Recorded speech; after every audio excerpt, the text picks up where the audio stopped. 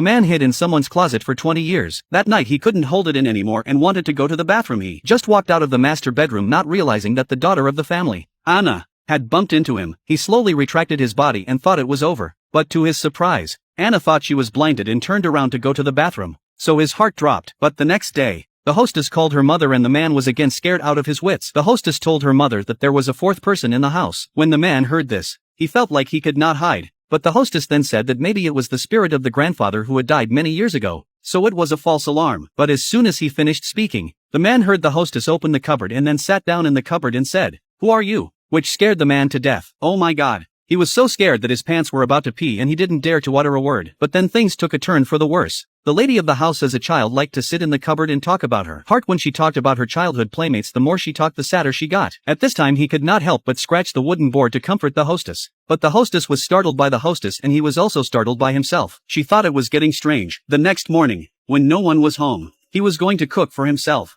But he didn't realize that Anna had secretly skipped school with her boyfriend. In a hurry, he could only stand against the wall, not daring to move. And what happened next was even more exciting. Anna and her boyfriend went to her bedroom together. That night he ran out of the closet and heard Anna secretly crying in the house. He stood in front of the window. With a heavy heart at this time he felt more and more that this is his own family, he must do something about it. So while Anna was asleep he quietly went into her room and took her cell phone and texted her boyfriend to meet her at home. The next morning after the three of them had left he opened the door and ran into the neighbor's oldest man who greeted him warmly, and at that moment he could only respond with a stiff upper lip. After waiting in the house for a while, Anna's boyfriend came to the house. He treated himself as the head of the family, greeted the other party to sit down and bluntly said, "I already know what happened between you and Anna. I warn you to stay away from my daughter." Anna's boyfriend was no slouch and ignored his warning. The man was so angry that he went up and pinched the other man's neck, saying that if you ever ask Anna for money again and bully her, I'll make your death very ugly. The other man was scared and promised not to bother Anna again. I have to say that he was really a good hostess at this moment. One day the mistress came home early and sat down by the closet, talking to herself about her problems. The closet was like a spiritual support for her, like another lover. The next day he came out and opened the drawer and looked at her underwear and then climbed into bed and felt the lingering smell and wondered if he had fallen in love with her.